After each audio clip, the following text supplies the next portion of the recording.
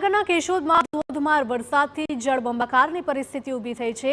કેશોદ સહિત ગ્રામ્ય વિસ્તારોમાં ધોધમાર વરસાદ વરસી રહ્યો છે। કેશોદમાં 3 ઇંચથી વધારે વરસાદથી પાણી ભરાયા છે। કેશોદ શહેરના નીચાણવાળા રહેણાંક વિસ્તારોમાં પણ પાણી ઘૂસ્યા છે। કેશોદ શહેરના અનેક રસ્તા જાણે કે પાણીમાં ગરકાવ થયા છે। ભારે વરસાદથી શહેરમાંથી પસાર થતી ટિવોરાની વોકળો બે કાંઠે વહી રહ્યો છે અને નદી નાળામાં પાણીની સાથે કચરો વહેતા પાલિકાની પ્રી મોન્સૂનની કામગીરી સામે પણ અનેક સવાલો ઊભા થાય છે।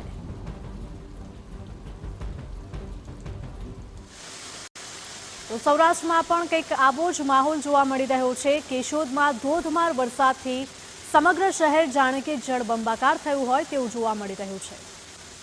સંવાદદાતા વિજય જોડાયા છે। વિજય, કેશોદ સહિત ગ્રામ્ય વિસ્તારોમાં ધોધમાર વરસાદ વરસી રહ્યો છે, હાલમાં કેવી પરિસ્થિતિ?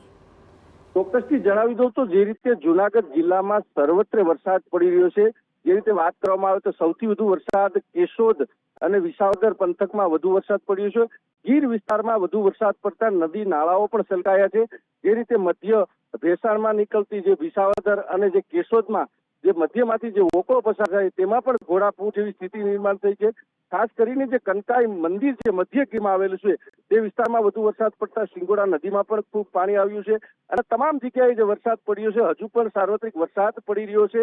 માણાવદરમાં 27 મિલીમીટર, વરથલીમાં 13 મિલીમીટર, જૂનાગઢમાં 3 અને સૌથી વધુ વરસાદ વિસાવદરમાં 105 મિલીમીટર અને કેશોદમાં 25 મિલીમીટર એમ તમામ જગ્યાએ જે વરસાદ પડી રહ્યો છે। હાલ પણ ખેડૂતોમાં એક ખુશીનો માહોલ છે કે જે રીતે વરસાદ પડ્યો છે જેને લઈને વાવણીનો પણ સમય છે અને ખાસ જે વરસાદ પડતા નદી નાળામાં પાણી આવ્યું છે, પાણીના સ્તર પણ ઉપર આવ્યા છે।